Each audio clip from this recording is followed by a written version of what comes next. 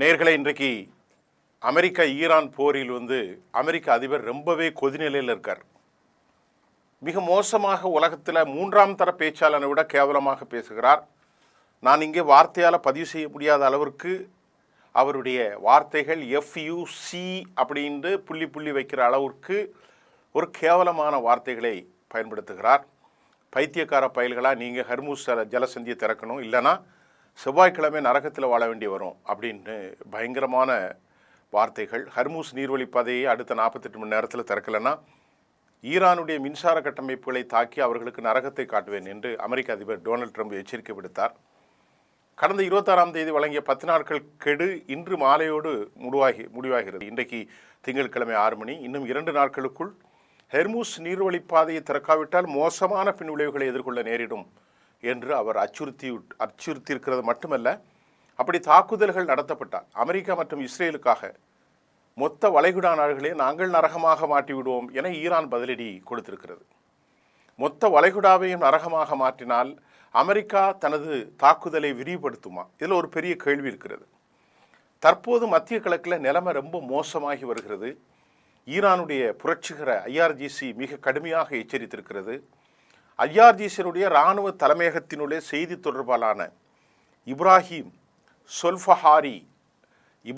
சொல்ஃபஹாரி என்ன சொல்கிறார் அப்படின்னு பார்த்தா, இந்த மாதிரி பதட்டம் நீடிச்சா இந்த பகுதி அமெரிக்கா மற்றும் இஸ்ரேலுக்கு நரகமாயிரும், ஈரானை தோற்கடித்து விட்டோம் என்ற அவர்களது மாவை அவர்களே சகதியிலே சிக்க வைத்திடும் அப்படின்னு இப்ராஹிம் சொல்ஃபஹாரி கடும் எச்சரிக்கையை விடுத்துள்ள நிலையில் அதிபர் ட்ரம்ப், அமெரிக்க அதிபர் விடுத்துள்ள எச்சரிக்கைகள் என்பது அமெரிக்காவுடைய கையேறு நிலை, பதட்டம், ஆன்சைட்டி, அன்சர்டினிட்டி, ஃபூலிஷ்னஸ், முட்டாள்தனமான செயல்களை வெளிப்படுத்துகிறது.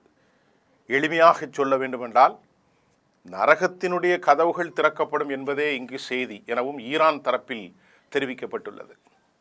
இப்போ இந்த நிலையில் அமெரிக்க வீரர்கள் 100 பேர் கொல்லப்பட்டிருக்கிறார்கள் என்ற தகவல் உலகத்தை உருக்குலைக்கிறது. என்ன காரணம்? அமெரிக்காவினுடைய விமானி ஒருவர் F-15E மூலம் குதித்து உயிர் தப்பி மலைகளுக்குள் அவர் மறைந்திருந்ததை தேடுவதற்கு $60,000 அமெரிக்க டாலர்களை அறிவிக்கப்பட்ட நிலையில் அமெரிக்கா பெரும் படைகளோடு உள்ளே நுழைந்தது. 2021 அந்த படைகளை எதிர்ப்பதற்காக மஜீத் AD-8 மூலம் ஈரானுடைய உள்நாட்டு தயாரிப்பான ரேடார் இல்லாமலே மானிட்டர் பண்ணக்கூடிய, கண்காணிப்பு செய்யும் இந்த ரேடார் இல்லாத இந்த மிஷின் மூலம் தாக்குதல்களை நடத்தி அமெரிக்கா பெரிய பின்னடைவை சந்தித்ததாக கூறப்படுகிறது. மலைகளிடையே மறைந்து அமெரிக்க விமானங்கள் சுட்டு வீழ்த்தப்பட்டது உலகின் கவனத்தை ஈர்த்தது என்பதுதான் உண்மை. இது பெரிய அளவில் அமெரிக்காவுக்கு அவமானம் என்பதில் எந்த மாற்று கருத்தும் இல்லை. ஆனால் அமெரிக்கா இந்த தாக்குதலில் தாங்கள் வெற்றி பெற்று தனது வீரரை காப்பாற்றி விட்டதாக அவர்கள் புலங்காகிதம் அணிந்து வரும் நிலையில் அமெரிக்கா தற்போது எதெல்லாம் இழந்திருக்கிறது என்று நாம் இப்பொழுது 2வது பார்ப்போம்.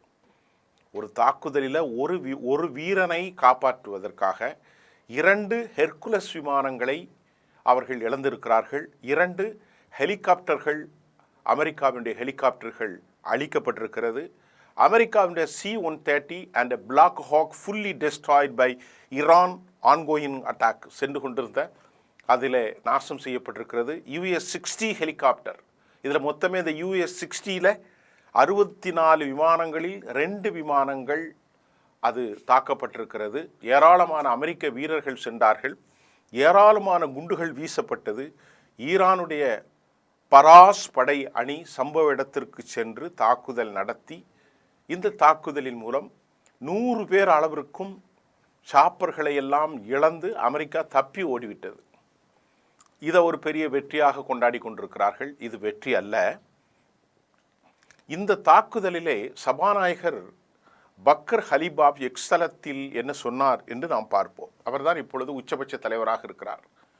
திரு பக்கர் ஹலிபாப் தனது எக்ஸ்தல பதிவே இந்த படத்தை எடுத்து போட்டிருக்காரு. போட்டு சுக்கு நூறாகி கிடக்கும் அமெரிக்க விமானங்கள், இந்த போட்டோவை பகிர்ந்து உலகத்திற்கு மிகப்பெரிய அளவிலான வெற்றி, அமெரிக்கா வெற்றி பெற்றதாக கூறினாலும் இழப்பு மிகுந்த அதிகம். ஒரே ஒரு வீரரை காப்பாற்ற நூற்றுக்கணக்கில் இழந்திருப்பதும், ஏராளமான சாப்பர்கள் எல்லாம் இழந்து அவர்களுக்கு பின்னடைவு என்று சர்வதேச ஆய்வாளர்கள் கருத்து தெரிவித்து வருகிறார்கள். ஏராளமான அமெரிக்க வீரர்கள் பலி. இதுவரையில் அமெரிக்க வீரர்கள் திரும்பிய நிகழ்வு குறித்த எந்த ஒரு ஆதாரங்களும் இல்லை அப்படிங்கிற செய்தியும் வருது. கடும் நடவடிக்கையின் மூலம் ஈரான் எடுத்திருக்கிறது. 2 ஹெர்குலஸ் விமானங்களில் மட்டுமே குறைந்தது 20 பேர்கள் இருப்பார்கள், அந்த 2ல் மட்டுமே. அப்போ மீதி உள்ளதெல்லாம் நிறைய பேர் இறந்திருக்கலாம். 50 பேர் இறந்திருக்கலாம், 60 பேர் இறந்திருக்கலாம், 40 பேர் இறந்திருக்கலாம், 100 பேர் கூட இறந்திருக்கலாம் என்று சொல்லுகிறது. ஆகவே இந்த தாக்குதலை என்ன சொல்கிறார்கள் என்றால், ஒரு சிறிய, அதாவது இந்த பகுதி ஹெர்மூஸினுடைய பக்கத்தில் இருக்கும் கடல் பக்கத்தில் இருக்கக்கூடிய மலைகள், இதில் அதிகமாக பாதுகாப்புக்கான போர் நடக்கக்கூடிய இடங்கள் அல்ல. இங்கே இறங்கின உடனே அவர்களுடைய பராஸ்படைகள் எமர்ஜென்சிக்கு வந்தாங்க. அப்போ நேரடியாக போர் நடந்தால் எப்படி இருக்கும் என்பதை இந்த போர் மூலம் அமெரிக்காவுக்கு ரொம்ப பெரிய படிப்பினை. கர்குலி இறங்கினாலும் காலியாகி விடுவார்கள். இது குறித்து ஆக்சியோஸ் செய்தி நிறுவனத்தில் அறிவுசார் தளத்திலிருந்து பராக் டேவிட் ஒரு கருத்து எழுதியிருக்கிறார். அந்த கருத்து ரொம்ப முக்கிய காரணியாக விளங்குகிறது. அமெரிக்காவினுடைய இந்த நடவடிக்கை வைக்கோல் பொதியிலே ஊசியை தேடிய கதை தான். மறைந்திருந்து விமானி தெர்மல் இமேஜ் தேடுதல் கண்டுபிடித்து விட்டதாக அமெரிக்கா அறிவித்தாலும் அது அறிவித்தது உண்மைதான், அதில் பொய் அல்ல. ஆனால் அமெரிக்கா இழந்தது ஏராளம், இழந்தது ஏராளம், இழந்தது ஏராளம். இதற்கிடையிலே ஈரானுடைய தாக்குதல்களில் ஈரானுக்கு பெரும் சேதாரம். 30,000த்திற்கும் மேற்பட்ட வீரர்கள், 30,000த்திற்கும் மேற்பட்ட காயமடைந்தார்கள். மக்கள் 43 லட்சம் மக்கள் வெளியேறிவிட்டார்கள். 10,000த்துக்கும் மேற்பட்டவர்கள் கொல்லப்பட்டிருக்கலாம். 3,500 என்றால் அது கூட இருக்கலாம், குறைந்து இருக்க வாய்ப்பில்லை. அடுத்து 3வதாக, இன்றைக்கு petrochemical project stuck by IDF எங்க ஈரானில் 120 டார்கெட்டில் அட்டாக் பண்ணியிருக்கிறதாக, அதாவது தெற்கு மேற்கு சவுத் வெஸ்ட் குசஸ்தான் ப்ராவின்ஸில் இதில் 170 ஈரானுடைய வீரர்கள் wounded on this attack. ஈரானுடைய சிமெண்ட் ஃபேக்ட்ரி தாக்கப்பட்டிருக்கிறது, அலுமினியம் ஃபேக்ட்ரி தாக்கப்பட்டிருக்கிறது. Petrochemical hub is ongoing in attack. Even security council has been condemned this attack. இப்போது உலகப்போர் தொடங்கிட்டதா அப்படின்னு நம்ம கேட்குறோம். உலகப்போர் தான் நடந்துக்கிட்டு இருக்கு. இனி என்ன உலகப்போர் தொடங்க வேண்டும்? இந்த போரில் மத்திய கிழக்கு ஈடுபட்டிருக்கிறது, இந்த போரில் அமெரிக்கா ஏற்பட்டிருக்கிறது, இந்த போரில் இஸ்ரேல் ஏற்பட்டிருக்கிறது, ரஷ்யா ஏற்பட்டிருக்கு, சீனா ஏற்பட்டிருக்கிறது, வடகொரியா ஏற்பட்டிருக்கிறது. அது மட்டும் இல்லாமல் ஈரான் ஏற்பட்டிருக்கிறது. அந்த பக்கம் இல்லாமல் ஏமனுடைய குழு ஏற்பட்டிருக்கிறது. லெபனான் போரில் இருக்கிறது. சிரியாவை தாக்குதல் பண்ணியிருக்கிறாங்க. சிரியாவை முதல்ல அழிச்சிட்டாங்க அமெரிக்க தளங்களை. இதற்கிடையில் குவைத், பஹ்ரைன், 4வதாக சவுதி அரேபியா மற்றும் சிரியா நாட்டில் இருக்கக்கூடிய எல்லா அமெரிக்க தளங்களும் முழுமையாக தாக்குதல். முதலாக சிரியாவினுடைய அமெரிக்க தளங்களும் தாக்குதலுக்கு உள்ளாகி இருக்கிறது. இஸ்ரேலுடைய வடக்கு பகுதியில் ஹிஸ்புல்லா தாக்குதல் பெரிய அளவில் நடந்திருக்கிறது. சிரியாவில் இருக்கக்கூடிய அமெரிக்க தளங்கள் முற்றாக காலி செய்யப்பட்டிருக்கிறது. அதே வேளையில் தெற்கு லெபனானில் உள்ள ஒரு பலந்த நிலப்பரப்பை தன் கட்டுப்பாட்டில் கொண்டு வருவதற்கு பெஞ்சமின் எடுக்கிற நடவடிக்கை.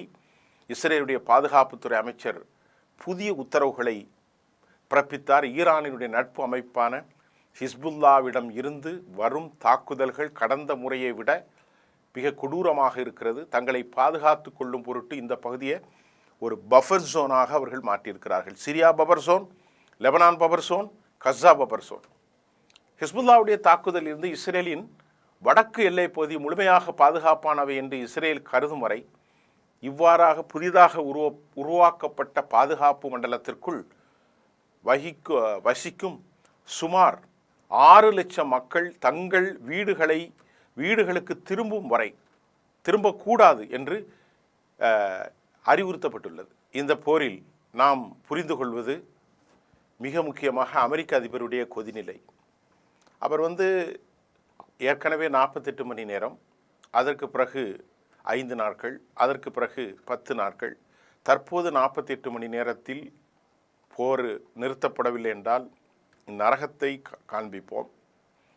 இப்போ நமக்கு வந்திருக்கக்கூடிய செய்தியில் குறிப்பாக ஈரானுக்கு வலம் பொருந்திய நாடாக இருப்பதற்கான ஆச்சரியத்துக்குரிய காரணிகள் மறைத்து வைக்கப்பட்டிருக்கக்கூடிய நிலக்கீழ் சுரங்கப்பாதையின் அவர்களின் இரகசிய குடோன்களில் ஆர்சனில் வைக்கப்பட்ட ஏராளமான ஆயுதங்கள், மிக முக்கியமாக கஸ்பியன் வழியாக ரஷ்யா கடல் பகுதி வழியாக அனுப்புகிற ஆயுதங்கள், ட்ரோன்கள், ரஷ்யாவிற்கு அவர்கள் எதையும் எதிர்பார்க்காமல் உக்ரைன் தாக்குதலில் பலனை கொடுத்தார்கள். அதற்கு பகரமாக மட்டுமல்ல, நீண்டகால நட்பாக அவர்கள் ஆயுதங்களை வழங்கி கொண்டிருக்கிறதும் செய்மதியின் மூலமாக துல்லியமான தாக்குதலை நடத்துவதற்கு இஸ்ரேலுக்கு, அதாவது ஈரானுக்கு மிக அதிக உதவிகளை ரஷ்யா செய்கிறது.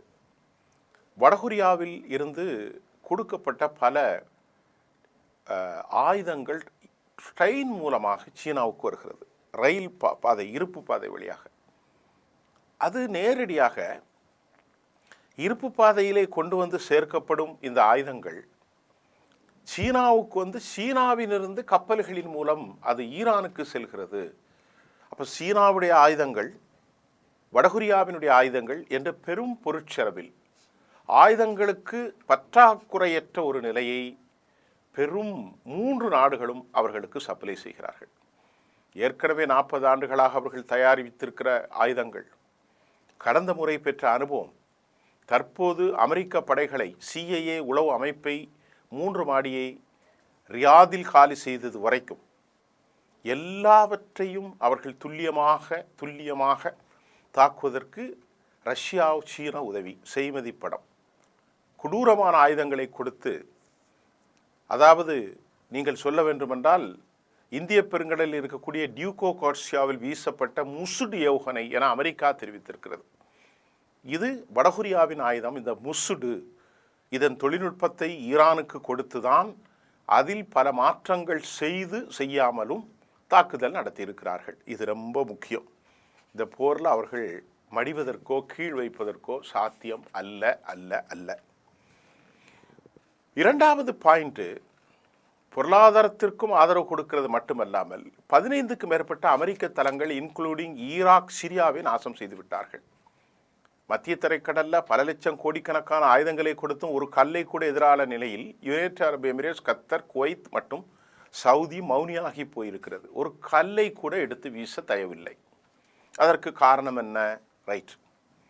அதற்கடுத்து மிக முக்கியமாக பஹ்ரைனில் இருந்து 1500 மாலுமிகள் உட்பட 8000க்கும் மேற்பட்ட அமெரிக்க வீரர்கள் உடனடியாக வெளியேற்றப்பட்டு விட்டார்கள். வெளியேறி கொண்டிருக்கிறார்கள் அல்லது வெளியேற்றப்பட்டு கொண்டிருக்கிறார்கள் என்கிற செய்தி அவர்கள் இனி மத்திய கிழக்கில் தாமதிப்பதற்கான வாய்ப்புகள் இல்லையோ என்று எண்ண தோன்றுகின்றது. பஹ்ரைனில் இருக்கக்கூடிய கடற்படை தளங்களை பயங்கரமாக காலி செய்து விட்டார்கள். குவைத்தில் இருக்கக்கூடிய அமெரிக்காவினுடைய டீசாலினேஷன் பிளான், அதே போன்று நிறைய கம்பெனிகள் அனைத்தும் நாசம் செய்யப்பட்டிருக்கிறது. நேற்றைக்கு முன்தினம் இஸ்ரேலில் இருக்கக்கூடிய ட்ரோன் தொழிற்சாலைகள், அலுமினிய ஃபேக்ட்ரிகள், கெமிக்கல்ஸ், அதே மாதிரி ஸ்டோரேஜ் இருக்கக்கூடிய ரிஃபைனரிஸ் பற்றி எரிகிறது. நாம் ஈரானும் பற்றி எரிகிறதை பற்றி சொல்லிவிட்டேன். ஈரானில் அலுமினிய ஃபேக்ட்ரி, பெட்ரோகெமிக்கல் ஃபேக்ட்ரி, அதே போன்று ஈரானுடைய சிமெண்ட் வர்த்தக ஆலைகள் எல்லாம் அடிக்கப்பட்டிருக்கிறது. 2 பேருக்குமே அடிதான்.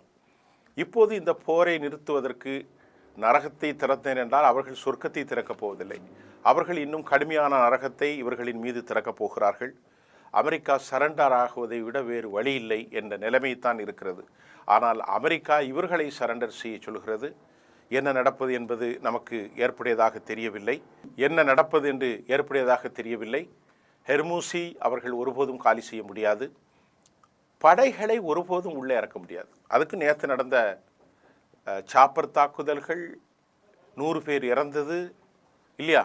அவர்களுடைய விமானங்கள் F-15E காப்பாற்ற விமானி சென்றது, 100க்கும் மேற்பட்டவர்கள் இறந்ததெல்லாம் இனி உள்ளே எப்போதும் அவர்கள் இறங்க முடியாது என்ற செய்தி.